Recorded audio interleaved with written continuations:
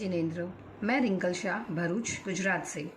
आज मैं आपके समक्ष जैन गुरु भगवंतों और उनकी जीवन शैली का वर्णन प्रस्तुत करने जा रही हूँ। जैन साधु हमारे जैन समाज और जैन धर्म का अभिन्न अंग है। भगवान के बाद यही वो कड़ी है जो हमें हमारे धर्म से जोड़े रखती है। ये जैन साधु ही हमारे जीवन और धर्म के प्रेरणा स्रोत है। इन्हीं साधुओं से हमें चारित्र पालन, आराधना, तप, स्वाध्याय आदि धार्मिक गतिविधियों का महत्व जानने को मिलता है।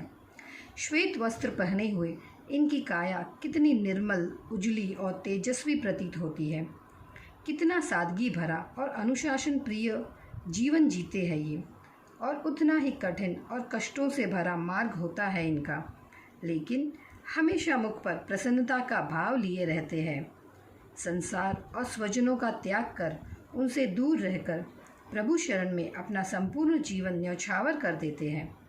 वैराग्य या संयम जीवन जीना तो कांटों पर चलने के समान है। किसी भी ऋतु में नंगे पैर रोज 8-10 किलोमीटर विहार करना, कठिन तप, आराधना करना, गोचरी में जो कुछ भी मिले संतुष्ट होकर उसी से तृप्त होना, कितने त्याग, कितने बलिदान करते हैं ये अपनी आत्मा को निखारने के लिए। इनका हमारे धर्म के प्रति निष्ठा और अटूट विश्वास तो हम साधारण मनुष्य की कल्पना से भी परे है। उनका जीवन कितना संघर्षों से भरा हुआ है। ज़मीन पर सोना, वह भी बिना पंखे के, लोच करना कितना कष्टदायक होता है ये। लेकिन ये जैन साधु भगवंत हंसकर इन सब कष्टों की उपेक्षा कर सिर्फ और सिर्फ प्रभु भक्ति और परमात्मा की प्राप्ति को ही अपने जीवन का लक्ष्य बना लेते हैं। और इस पर इनकी महानता तो देखो, जिसे हम त्याग, बलिदान, कष्ट कहते हैं, ये सब तो इनके लिए बस नाम मात्र के हैं, नश्वर है, जिनकी इनके जीवन में कोई अहमियत ही नहीं। जिस संसार के मोह माया में हम आजीवन जकड़े रहते हैं, उस संसार को छोड़ने या त्यागने के लिए इन्हें क्षण भर भी नहीं लगता।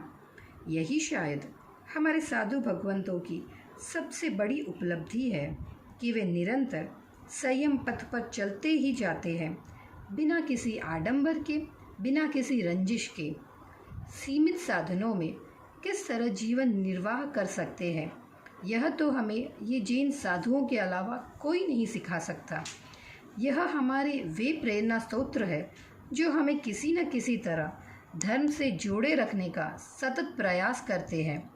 स्वयं आजीवन इतने बड़े बड़े तप करते हैं और हम भी ये तप कर सके, इसलिए कितने मंत्र, जाप और विधि करते हैं। और यदि ये तप हमसे ना हो सके तो अलग अलग माध्यम जैसे कि शिविर, सामायिक व्याख्यान, स्पर्धाओं आदि से हमारे अंदर धर्म के गुणों का सिंचन करते ही रहते हैं। वे हमेशा हमारा मार्गदर्शन करते हैं ताकि संसार में रहते हुए भी हमारी आत्मा पर जो मैल और पाप की परत जम गई है उसे हम उतार फेंकें। इन्हीं साधु भगवंतों के आधार पर तो हम हमारा चौमासा और पर्युषण पर्व का डंका जोरों शोरों से बजा सकते हैं। नवाणु, प्रतिष्ठा, अंजन शलाका, उपध्यान, जीवित महोत्सव, सिद्ध चक्र पूजन इत्यादि जैसे कितने ही बड़े बड़े अनुष्ठान इनकी निश्रा में इतनी आसानी और कुशलता पूर्वक हो जाते हैं कि हमें पता भी नहीं चलता।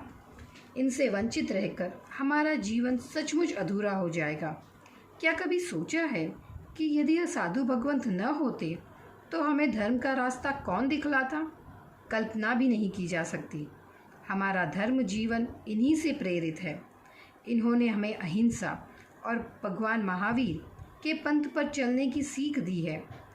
इन साधु भगवंतों ने राग, द्वेष, मोह, माया इन सब से मुक्त होकर हमारे जिन शासन का डंका सारे संसार में इस तरह बजा दिया है कि पद्म भूषण जैसा अवार्ड भी जैन शासन के नाम हो गया है। ऐसे पंच महाव्रतधारी जैन साधुओं और उनकी सरल परंतु अद्भुत जीवन शैली को मेरा शत शत नमन। और अंत में इनके सम्मान में 2 पंक्तियां पेश करना चाहूँगी। भणवा अणुगा करवा भव पार, भणवा अणगार करवा भव पार तोड्या जेने संसारन बंधन वैरागीने वंदन वैरागीने वंदन वैरागीने वंदन